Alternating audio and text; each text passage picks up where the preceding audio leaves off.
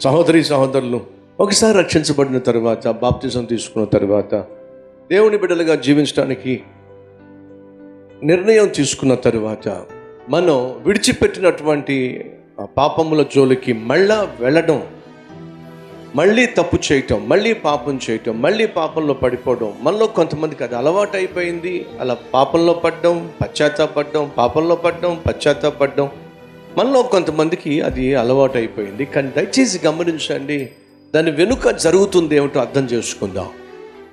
నువ్వు తప్పు చేశావు, ఆదివారం దేవుని సంధికి వచ్చి ఒప్పుకున్నావు, మళ్ళీ తప్పు చేశావు, ఆదివారం దేవుని సంధికి వచ్చి ఒప్పుకుంటున్నావు, మళ్ళీ తప్పు చేస్తున్నావు, దేవుని దగ్గరకు వచ్చి ఒప్పుకుంటున్నావు. నువ్వు అనుకుంటున్నావు నువ్వు క్షమించబడుతున్నావు కాబట్టి నో ప్రాబ్లం.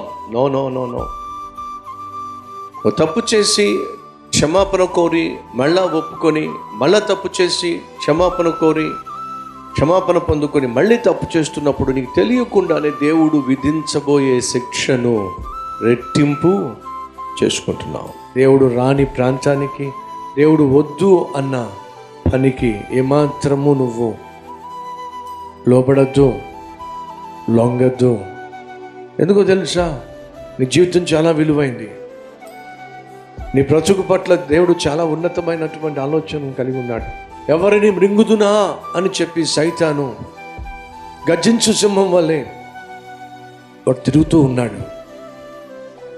వాడి చేతిలో నువ్వు దొరక్క మునిపే, వాడికి నువ్వు బందీ కాక మునిపే నీ జీవితాన్ని భద్రం చేసుకో.